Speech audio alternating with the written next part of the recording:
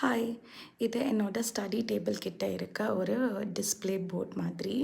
இது வந்து புதுசா ஃப்ரிட்ஜ் வாங்குனப்போ அவங்க குடுத்துருந்தாங்க. அந்த ஃப்ரிட்ஜ் ஸ்க்ராட்ச் ஆகாம இருக்கிறதுக்காக.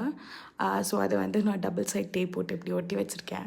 இதில வந்து என்னோட இங்கிலீஷ் ஹிஸ்ட்ரி வரதில இருக்க டைம் லைன், அப்புறம் என் ஃபேவரட் ஹாரி பாட்டர் கோட், அதுக்கப்புறம் கொஞ்சம் கொஞ்சம் ரிமைண்டர்ஸ், பாசிட்டிவ் ஃபீல் தர ஸ்டஃப், அப்புறம் டு டூ லிஸ்ட் எழுதி வச்சிருப்பேன். ப்ரொடக்டிவ் அது இதுன்னு. ஆனா பண்றேனான்னா தெரியல.